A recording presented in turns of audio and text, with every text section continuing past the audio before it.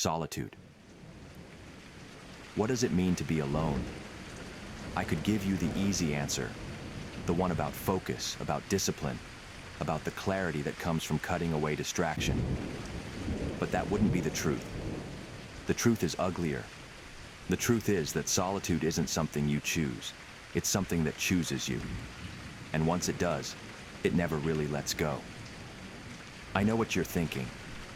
That this is just another Batman speech about sacrifice. It's not. This is about what happens when you wake up at 3 a.m. in the penthouse with your ribs taped together and no one to call. When you realize you've gone 3 days without speaking to another human being and it doesn't even feel strange anymore. When the cave isn't just a base of operations.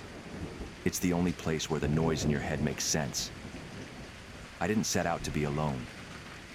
When I was a boy, before the alley, I used to fill notebooks with drawings of the adventures Bruce Wayne would have when he grew up.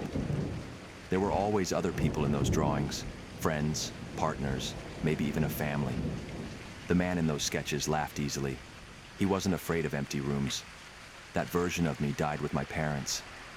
The years after, they weren't solitude. They were exile.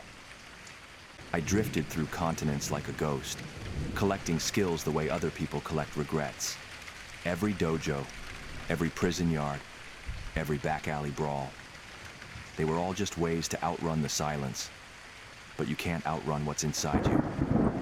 Eventually, I learned to stop trying. People romanticize the lone wolf. They don't understand what it costs. The first time I put on the cowl, I thought I'd finally found my purpose. What I didn't realize was that I'd built another kind of prison. You start telling yourself it's necessary, that you're protecting them. Alfred, Dick, Barbara, that the darkness you carry might stain them if they get too close. It's a convincing lie. Right up until the night you're bleeding out in the Batmobile, and the only voice in your comm is the automatic system warning you about shock onset. Dick called it my emotional kryptonite once. He wasn't wrong. Here's what nobody tells you about solitude. It warps your judgment. You start seeing threats where there are none. You push away hands reaching to help because you've trained yourself to see every outstretched palm as a potential knife. And the worst part? You tell yourself it makes you stronger. That the armor is worth the weight. It's not. I learned that the hard way. There was a case. A serial arsonist targeting orphanages. He'd lost his own family in a fire. For 3 weeks, I worked alone, chasing leads that kept burning up in front of me. Then Gordon put Leslie Tompkins on the phone. She listened to my theory for 30 seconds and said, "Bruce, you're tracking the wrong trauma." She was right. I'd been so deep in my own head that I'd missed the pattern staring me in the face. That's the paradox. We think solitude brings clarity, but too often it just gives our demons room to breathe. The cave plays tricks on you after enough hours. The shadows start moving when they shouldn't. Your own reflection in the computer screen starts looking like someone else. I've had conversations with my father's portrait that lasted longer than some undercover ops. That's the thing they don't show in the comic books.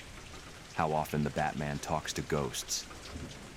Alfred used to say I had a talent for constructive solitude. He meant the difference between being alone and being lonely.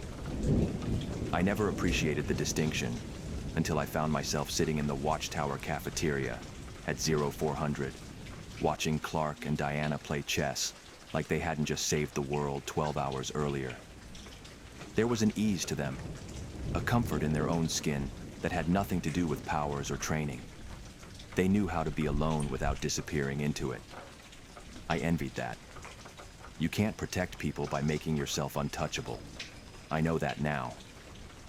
It took me nearly losing Tim to understand that solitude isn't armor. It's just another kind of surrender. The Riddler had him trapped in that warehouse for 17 hours before I found the right pattern. 17 hours where my precious focus was the very thing blinding me to the obvious. Because Edward always leaves clues for me. Personally, the fact that I hadn't seen any should have told me everything. But I'd been working alone too long to notice. The cave feels different these days. There are coffee mugs left in the forensic lab where Steph falls asleep over cold cases. There's a grapple line tangled on the training dummy where Cass practices when she can't sleep. The cave isn't quiet anymore, because here's the truth about solitude. It's not about how much time you spend alone. It's about why you're doing it. There's strength in knowing when to walk away from the noise. There's courage in facing the parts of yourself that only come out in the quiet hours. But there's no virtue in using silence as a weapon against the people who care about you. I still come down here alone sometimes, when the case demands it, when the city feels like it's breathing down my neck, when I need to remember why I started all this. But I don't confuse it with living anymore. The bats are stirring above me. Their wings make a sound like pages turning in a very old book. Somewhere upstairs, Alfred is setting out breakfast despite the hour. In a few minutes, I'll go up and pretend to be annoyed that he's still awake. We'll argue about my sleep schedule. He'll mention that Miss Kyle called. Life will go on. That's the lesson if there is one. Solitude is a tool, not a home. Use it when you need to, but never mistake it for where you belong. The cave is quiet tonight, but it doesn't have to be.